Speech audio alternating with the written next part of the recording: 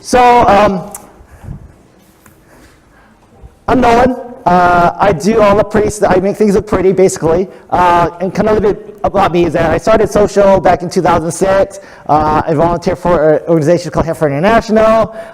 And one of my passion is nonprofit tech. So like all these tools and so forth, I totally dig it. I dig it, especially when it's free. Got no formal design training, but I'm pretty good at making sure that things go in the right place and make things look pretty good. So visual graphics, visual communication, visual content. We've been talking about this for the last 3 years. In 2014, I gave a presentation. 2015, I gave a presentation. So this stuff will never go away because the attention span of folks these days are not very long. So why visual content? Well, because we process photos and images a lot faster than text.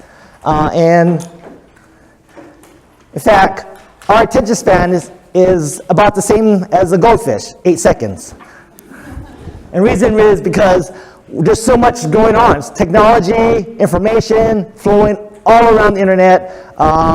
And it just bombards, especially when you're carrying a cell phone or smartphone, you're always connected to that. So the millennials, which is most of your audience you're going to target to, the reason why they are, you think the way they think is because of these kind of characteristics.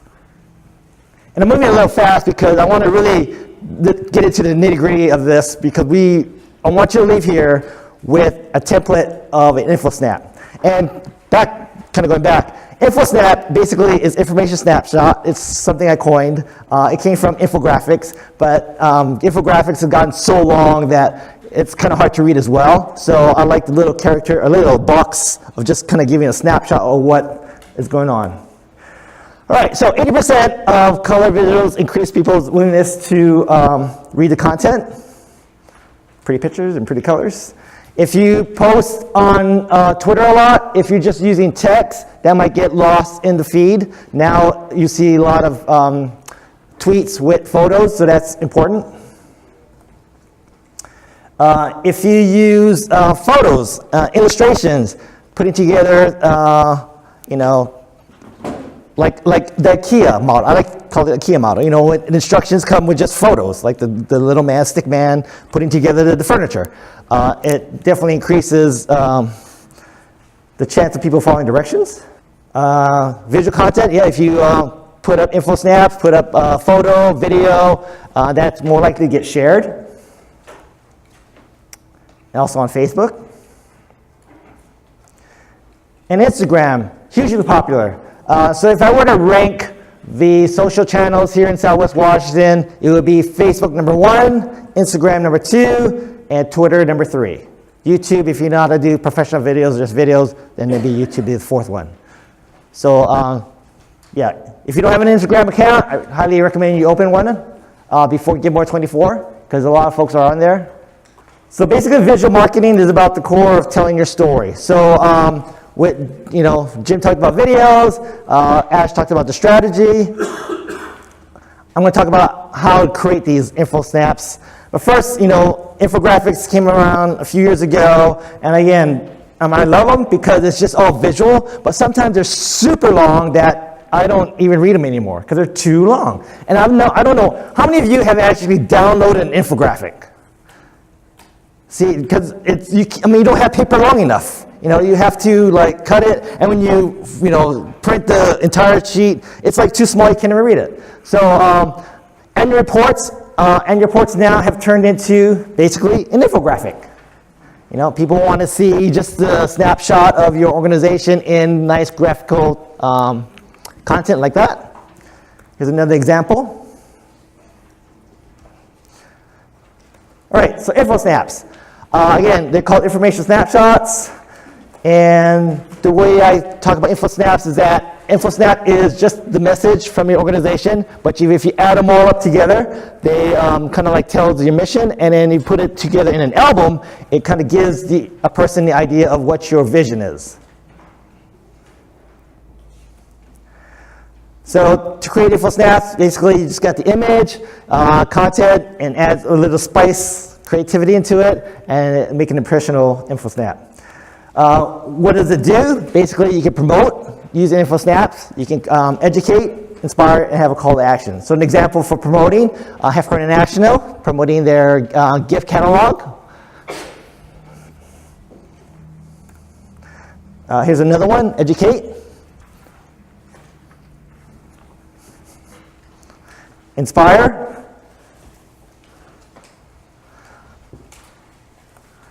And call to action. All right. So there's going to be, you have a worksheet that you're going to have in front of you with a little square box of, we're going to kind of create one as well. But there's elements to an InfoSnap, which has your message, your image, the type you use, and call to action and brand and ID.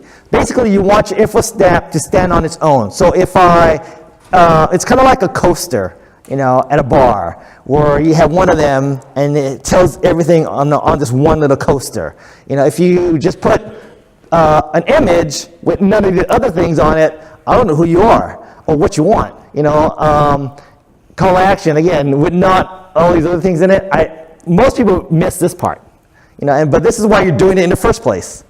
So make sure you add your brand and ID. So here's an example of some great InfoSnaps. It's all themed right, like it's one standard theme, one standard type. They've got their hashtag, brand, organization, all kind of looks the same. This is one from Give24 from Columbia Springs. I think they did a great job of using InfoSnaps. They use real people, real pictures. Again, branded.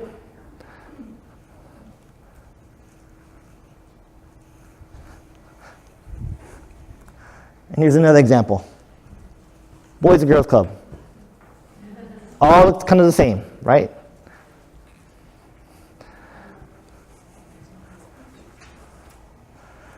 And if you want to see more examples of InfoSnaps, I have a Pinterest board. How many are on Pinterest? Yeah. So I have a Pinterest board for causes and nonprofits. The link's at the bottom. And so these slides you're going to get will be available to you in the toolkit on the Give24 site. So I know you can't read it on the little small print there, but you can have access to this. And I've also got a board for Giving Day, how they use InfoSnaps to reach out to their donors.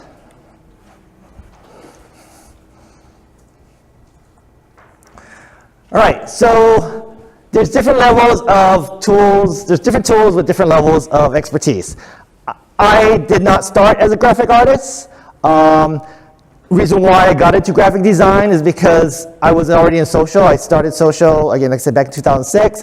Social evolved. I had to evolve, so we're trending into graphic design and pictures and so forth. I had to learn, Adobe Suite, Photoshop, and Illustrator, but we're not going to take you there. The whole point of today is really to take you what you know now. So most people know PowerPoint, right? And another one we're going to work on is called Designer. But here are some of the other tools, like say, well, I know PowerPoint, I want to kind of move to the next level. Then there's Canva, Adobe Spark, which Ash talked about last week, and then PicMonkey. And if you have a graphic designer in your department, then they normally would use Photoshop and Illustrator. But that is a beast. All right, size matters. Each platform has a different size. Crazy, I know. Twitter's got a different size for the images. Facebook, same. Facebook is really crazy because not only do they have a different size for the platform, each link is a different size. So if you have a linked photo, that has to be a certain size. If you just do images itself, that's a certain size. Mobile's got a different size. Ads got a different size. So Facebook it's really complicated. But I'm going to focus on just two types of photos for Facebook. And these are the sizes that you want to create your InfoSnaps in. So shared images is just an image you're going to share, like a InfoSnap. Shared link basically is like if you have a link in there, right, and it pulls up the picture. Well, that picture size is 12 by 627. So sometimes they'll pull that picture out of your website. It might not be sized right, but you can create an image, and add that to the link. Right? Twitter, size, Instagram, size. And there is so every year, social changes all the time. They come up with a style guide for social media. And so here's a link to a great one by GoDaddy. It gives you all the different image sizes for different links and different platforms like Google+, Pinterest, and so forth, which I didn't add on here because we're not going to get into that. Every year, again, social changes constantly. Like I have a hard time keeping up with it. So try to find the latest style guide for social. Just Google it. All right, so before you begin, you need to get things prepped up first. So you need to download your logo in either PNG or JPEG format. So with the Gitmore 24, their logo, the Gitmore 24 logo, if you're going to use it, is in the toolkit, the media kit. They have the style guide there.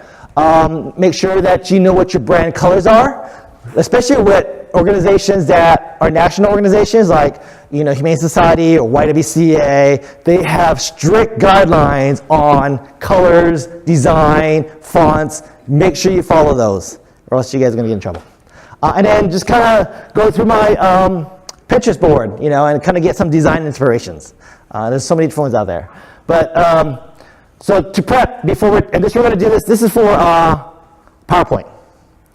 So PNG, JPEG file. All right, so if you got your laptop open, if you got PowerPoint powered up, this is where we're going to start. If you don't have your laptop and you want to kind of hang around with the person next to you, that's great. If not, that worksheet that you got, you can kind of draw. Too bad I didn't bring crayons. So what's good about this instructions as well too, you've got the notes from the slides, so you go back to the office, you can easily follow this, and we'll get you going with your first Infosnap template. All right, so you open up PowerPoint. One thing you have to do first is change the size to a square. So if you go to, where is it? Design, and just select the size, and just change it to a square size. So you can go 10 inch, or 853. So 8.53 is actually 640 pixels for Instagram. And the way I found that out, I just Googled inches to pixels to inches. But just want to make it square. If you're going to use Facebook, right, as your template, then you change it to whatever the pixel size I said earlier here. 8.53 inches by 8.53 inches. And it's going to create a square canvas for you.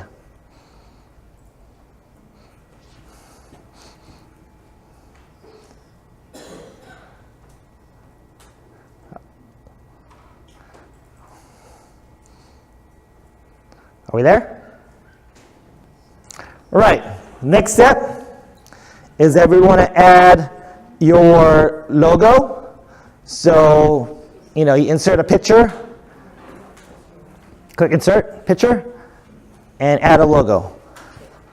So basically what it does, you click that, it goes to the folder wherever the logo is located, and then it's embedded there. So you probably have to resize it depending on the size of your logo. And so, you put it where you want.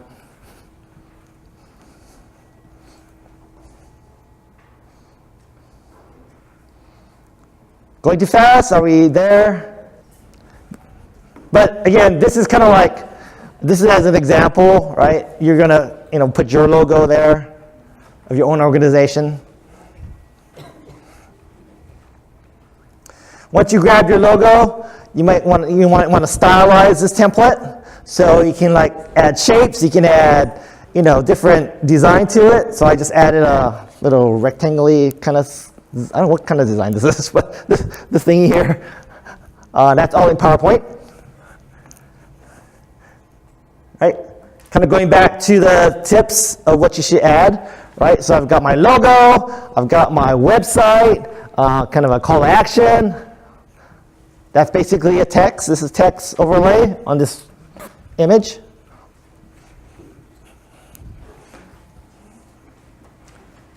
And here's kind of an important step. People don't realize that you can save this image as a, well, first of all, you want to save this as a template. So you say, save as Give More 24 template, right?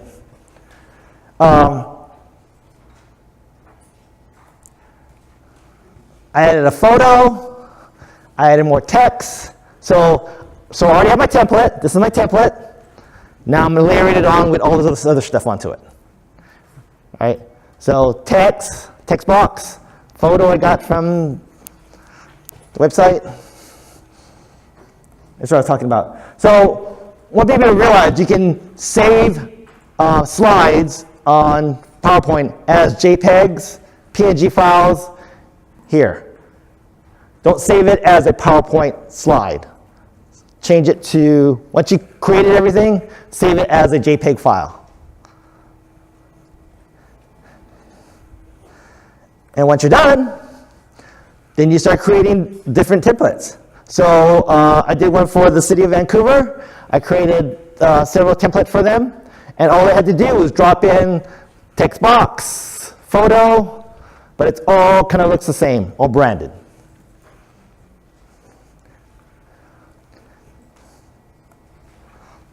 Okay, stop and breathe. Questions? Can we have access to that? To what? Can we use your style? Yeah, actually, so I'm going to give Maury my template that I did, that one you just saw, and you can like move stuff around if you want. Okay. Right? It's already squared and so forth, so I'll give him that. Again, these slides should be in the toolbox, right? Toolkit? Yep. And I'll give him this. I'll give him the PowerPoint slide I created.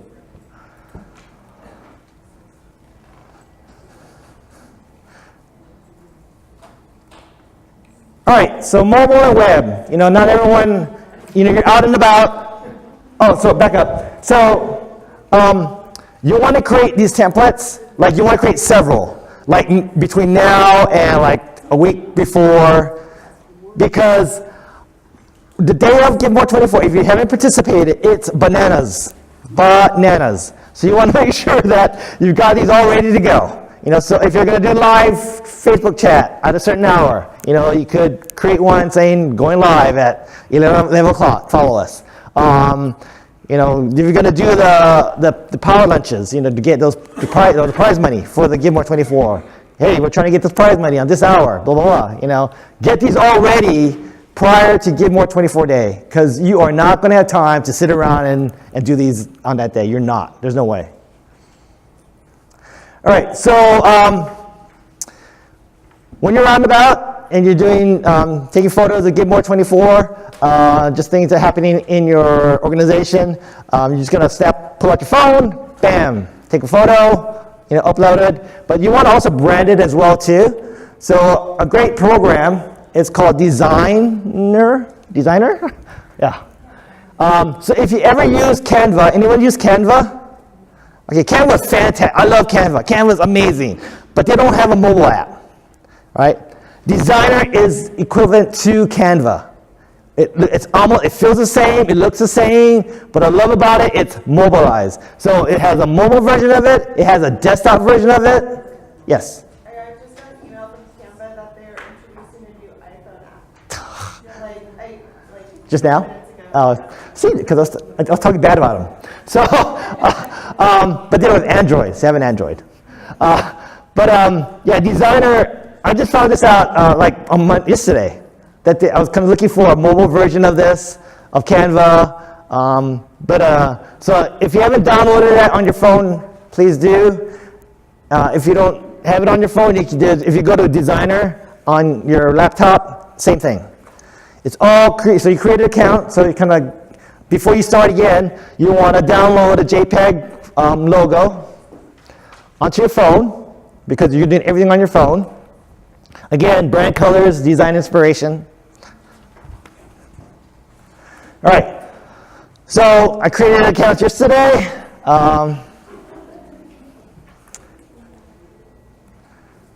Again, if you've used Canva, it looks just like the Canva. It looks just like Canva. Design looks just like Canva. It has different already preset image sizes that you can choose from at the top.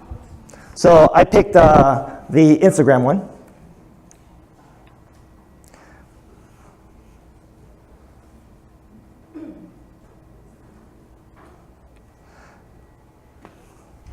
Once you, so what I did was I started with a new canvas because I was going to create a template, right? So I created a new project for the design.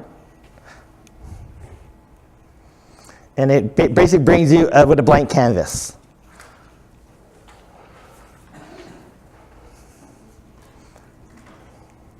And basically just start designing. So there's a plus button at the very bottom, and it brings up these different icons that you can use. So we're going to start off with, doing the image, which is your logo. Once it's embedded there, basically you resize it.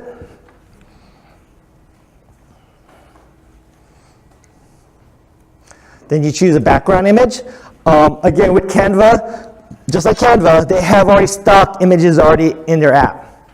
So you can either upload your own image, your own background image, or you can use one of theirs. There's like several that's free with Designer. And the only downfall to Designer, as far as the logo is concerned, it's not a PNG file where it's like clear. It's just a JPEG file. So it's whatever color background you have, that's how it's going to show up.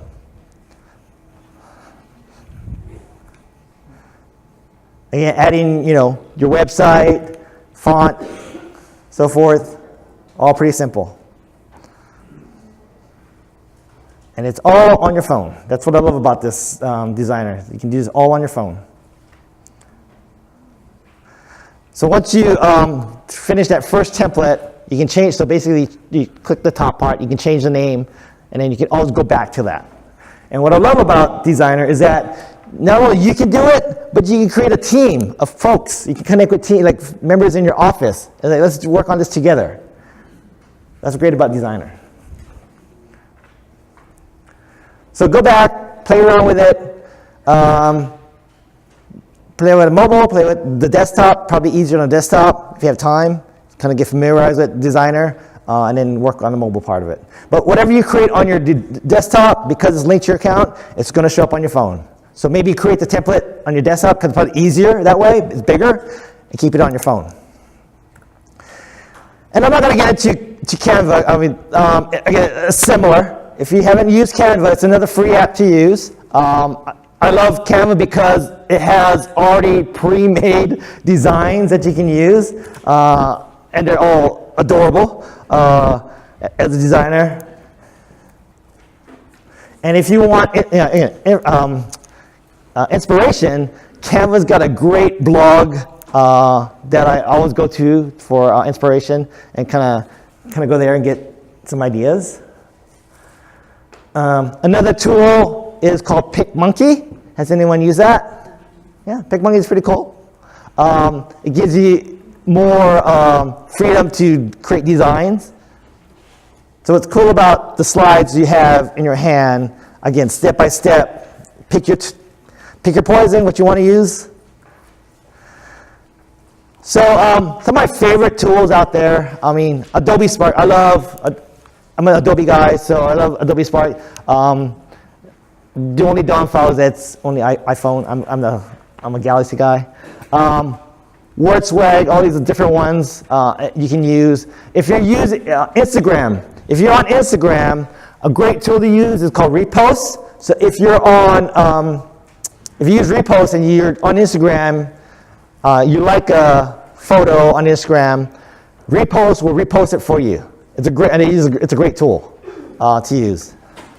So if GiveMore24 is posting content on Instagram and you want to use that content, use Repost, because what it does is that it will show, you want to give credit to where the originator is. So it gives their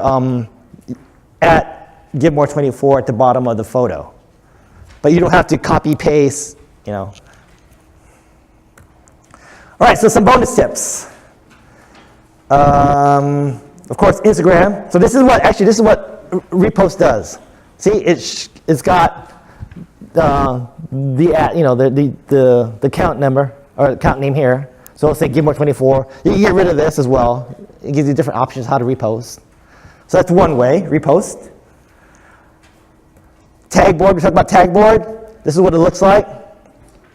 So Give More 24 has its own tag board, but you can use it yourself. Like if you want to use one for your organization, you create a tag or a hashtag saying Give More GM 24, I don't know, YWCA. You can create your own hashtag and start tracking what's going on. And I love it because it's a dashboard that pulls from Twitter, Instagram, Facebook, Google+. Awesome. And the best part, it's free. So when you create these images, you want to make sure that you name them correctly for SEO purposes. So not just image 5, 4, 6, 7, 8, 9, make sure you say either your organization, YWCA Clark County, Southwest Washington, because what it does is that it pulls up out of the search in Google search. So if you don't rename them and someone Googles your organization, it's not going to fall in this. So it's always important to save your images, not just Infosnaps, not just any image you post onto the internet. Make sure you add your organization to it, because it's searchable. And I talked about infographics. So one cool way of kind of cutting down an infographic that's bite size is to just, I call it chunk it. So you just really cut parts of it. So this is part of a long infographic.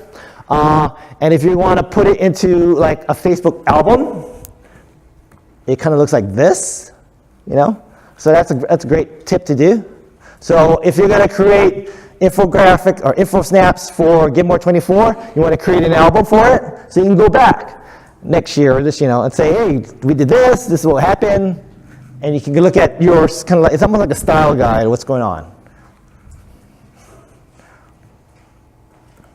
Of course, Pinterest is a great place to put some of your stuff. I don't think there's a lot of people that go to Pinterest here in Southwest Washington, but it's a great place to house your creativity, your infosnaps. There's another tool, it's called Relay. And what Relay does is that it resizes everything for you. So you create something like an infosnap or a graphic design, and it will create all these different sizes for you in Relay. And there's another, Relay. So, visual content, to do this. Now, not everyone's right brain. I'm right brain. But, you have people in your office. You have an intern, get an intern who's right brain. Make sure you stick with your theme message. Know your audience. Make sure that you know your audience. I was just talking to someone about somehow I would capture the craze of Pokemon Go to somehow use it as Give More 24. I can see creating an info snap of, the character is going to be at my location, come on down, donate. But anyway, kind of look at trends out there. Again, size does matter, because if you don't use the correct size, especially with mobile, it's not going to show up right. I talked about SEO. Make sure you name your images correctly with your organization. Post constantly, frequently. That's kind of we talked about many times. And definitely use some of the apps and tools out there. All right, so InfoSnaps. Basically, it kind of like tells the story of an organization. It just really, if you're not using it, then again, if you're just using photos, it's great. But really, we talked about colors and images, really tells the story of what your organization is about. Again, locally, Boys and Girls Club did a great job last year. They always do a good job because they got the kids. Innovative Services did a great job last year. So I would go back and look at some of the nonprofits that participated in Give More 24 and see what they did. I worked with the Foundation for Vancouver Public Schools, and we did a thing called the Bandogram. I created all the graphics for them. Council for the Homeless. So yeah, look at the list of last year and kind of see what they did. Also, pro tip, if you've never been part of Give More 20, have you ever participated in Give More 24? Each hour, and they talked about this at the introduction, each hour, just about each hour, there's a prize. That prize is just extra money in your pocket for an organization that you never thought of getting. Make sure you focus on the prize that you think you can achieve. So, like say, there's a midnight owl prize at 2 in the morning, right? Tell all your donors, hey, we want to go for this prize. We think you can get it. Make sure you donate at this time of the night, 2 a.m. Those prizes are highly valuable. There's the Power Lunch prize, so focus on the prize as well too. Keep your eye on the prize. That's a great strategy to use. Pro tip again, really use your existing audience and use your existing, like your niche. So let's say you're, like we talked about Meals on Wheels people, kind of their niche is like people driving in cars. So we kind of give an idea of what to do. If you have animals, use the animals. Or you have kids, use the kids. Because they definitely generate more buzz than anyone out there. If you, Southwest Humane Society, use, cats. But use something unique and make it fun. The Parks Foundation last year did Swing More 24. That was a lot of fun. Got dizzy, doing that for 20 minutes on a swing, but it was a lot of fun. But yeah, just really have fun with it. But again, it's a whirlwind day, kicking off at midnight to midnight. You're going to be really, really busy. But the strategy, the key is to have a strategy, be well prepared, and just have a lot of fun. So, any questions, concerns? Then we're done for the day.